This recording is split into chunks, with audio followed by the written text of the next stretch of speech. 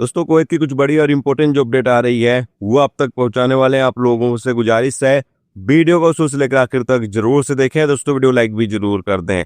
चलिए बढ़ते अपडेट तक पूरी क्या अपडेट आपको बताते हैं। सबसे पहली अपडेट दोस्तों यहाँ पर यह है कि कुवैत में एक गिरोह को गिरफ्तार किया गया जो हिजबुल्लाह से ताल्लुक रखता है। यहाँ बताया गया है कि इस गिरोह में कई लोग शामिल थे। इन लोगों को गिरफ्तार करने के बाद आगे अधिकारियों को सौंप दिया गया है ताकि आगे इन लोगों के खिलाफ कानूनी कार्रवाई की जा सके।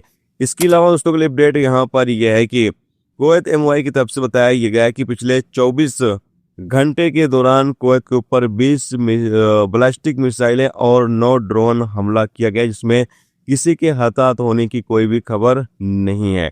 तो लगातार कुवैत के ऊपर ईरान के द्वारा हमला किया जा रहा है और कुवैत के अंदर जो लोग रहते हैं उनको पता ही है कि लगातार कुछ वक्त के बाद सायरन की आवाज भी सुनाई देती रहती है। तो हम लोगों से कहा यह गया है कि एहतियात जरूर रखें, किस तरह का कोई भी पैनिक करने की जरूरत नहीं है।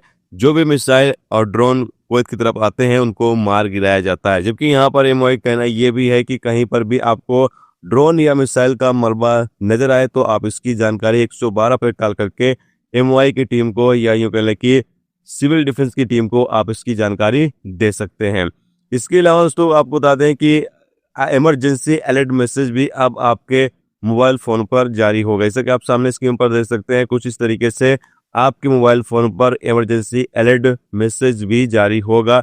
इसकी भी सर्विस कुवैत के अंदर शुरू कर दी गई है। तो मौजूदा हालात को देखते हुए ये सर्विस शुरू की गई है।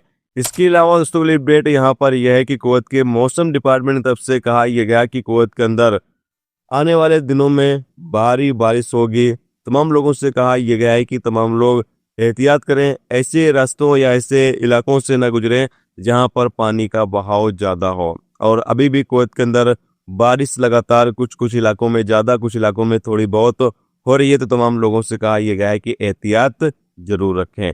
इसके अलावा दोस्तों के लिए अपडेट यहाँ पर यह है कि ईरान के द्वारा जो कुवैत के एयरपोर्ट पर हमला कल किया गया, परसों हमला किया गया, उस पर कुवैत की हुकूमत ने कुवैत के अंदर मौजूद ईरानी एम्बेसी के दूतावास को तलब कर लिया है और इस पर काफ़ी ज़्यादा बातचीत भी हुई है और एक पत्र जो है ईरानी दूतावास को लिखा गया है, जिसमें काफ़ी ज़्यादा गुस्सा भी जाहिर किया गया है कुवैत की तरफ से।